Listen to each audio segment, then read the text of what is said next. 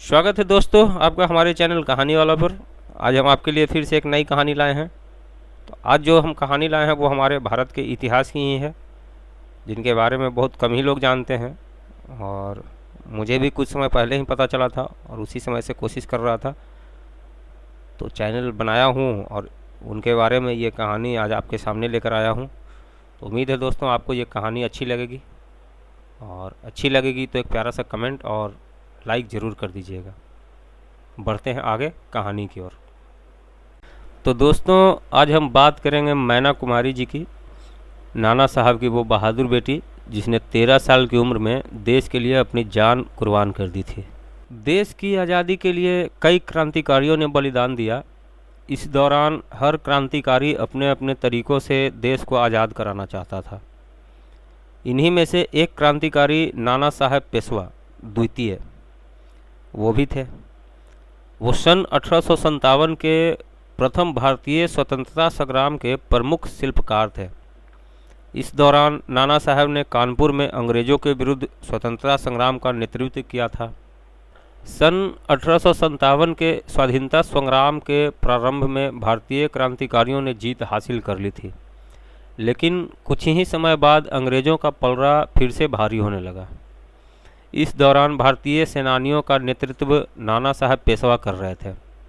ऐसे में उन्होंने अपने सहयोगियों के आग्रह पर बिठूर का महल छोड़ने का निश्चय कर लिया। इसके पीछे उनकी योजना थी कि किसी सुरक्षित स्थान पर जाकर फिर से सेना एकत्र करें और अंग्रेज़ों से नए सिरे से मोर्चा लें। तो दोस्तों आज की कहानी है नाना साहब की 13 साल की दत्तक पुत्री मैना कुमारी जी की, जिन्होंने कैसे अपना जान लुटा दिया देश के लिए। चलिए आगे सुनते हैं। अंग्रेज़ों से जंग के लिए जब नाना साहब महल छोड़कर जाने लगे तो उनकी 13 साल की दत्तक पुत्री मैना कुमारी ने पिता के साथ जाने से इनकार कर दिया। बेटी के इस निर्णय से नाना साहब बड़े असमंजस में थे। नैना का मानना था कि उसकी सुरक्षा के चलते कहीं पिता को देश सेवा में कोई समस्या पैदा न हो जाए, इसीलिए उन्होंने बिठूर के महल में ही रहना उचित समझा। नाना साहब ने जाने से पहले बेटी को समझाया कि अंग्रेज़ अपने बंदियों के साथ दुष्टता का व्यवहार करते हैं, लेकिन मैना पिता की तरह ही साहसी थी। उसे अच्छी तरह से अस्त्र शस्त्र चलाने भी आते थे। इसीलिए उसने पिता से कहा, मैं क्रांतिकारी की पुत्री हूँ, मुझे अपने शरीर और नारी धर्म की रक्षा करना बहुत अच्छे से आता है। आप निश्चिंत रहें, मैं अपनी रक्षा करने की पूरी हर संभव कोशिश करूंगी। नाना साहब बेटी की इन बातों को सुनकर महल छोड़कर जंग के लिए निकल पड़े। ब्रिटिश सरकार नाना साहब पर पहले ही 1 लाख रुपए का इनाम घोषित कर चुकी थी। इस बीच ब्रिटिश सैनिकों को पता चला कि नाना साहब महल से बाहर हैं, तो उन्होंने महल को अपने कब्जे में ले लिया। मैना को महल के सभी गुप्त रास्तों और तहखानों की जानकारी थी। जब ब्रिटिश सैनिक उसे पकड़ने के लिए आगे बढ़े तो वो वहाँ से गायब हो गई। इसके बाद सेनापति के आदेश पर महल में तोपें आग उगलने लगी और कुछ ही घंटों में महल ध्वस्त हो गया।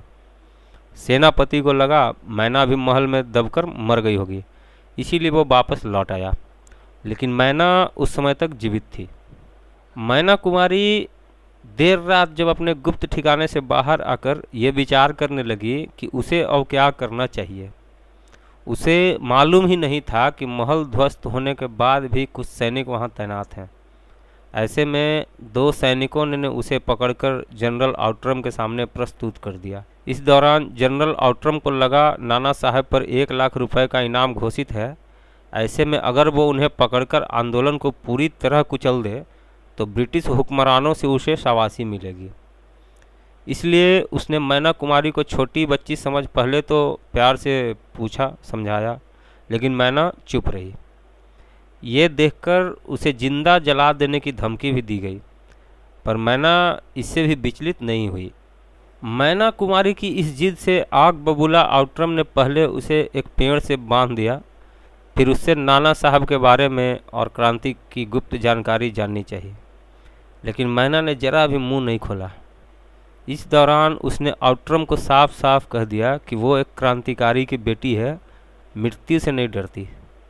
मैना की ये बात सुनकर आउट्रम तिलमिला गया और उसने मैना कुमारी को जिंदा जलाने का आदेश दे दिया। 3 सितंबर 1857 को उत्तर प्रदेश के एक छोटे से कस्बे बिठूर में ब्रिटिश सेना ने 13 साल की मैना कुमारी को एक पेड़ से बांधकर जिंदा जला दिया।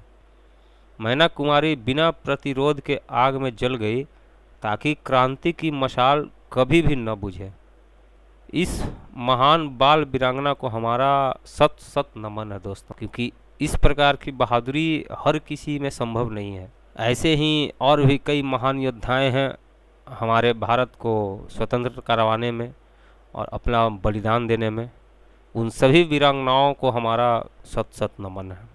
तो दोस्तों, आज ये कहानी आपको कैसी लगी हमें बताइएगा ज़रूर, ताकि हम आगे भी ऐसी कहानी आपके लिए दोबारा ढूंढ कर लाएँ। और बहुत ही कम लोग मैना कुमारी के बारे में जानते हैं, तो ये कहानी अचानक से हमारे दिमाग में आई, तो हमने थोड़ी जानकारी निकाली और ये कहानी आपके सामने लेकर आए हैं। तो कमेंट करके ज़रूर बताइएगा और चैनल को सब्सक्राइब ज़रूर कर लीजिएगा अगर अभी तक नहीं किया तो, और एक प्यारा सा लाइक दे दीजिएगा। धन्यवाद।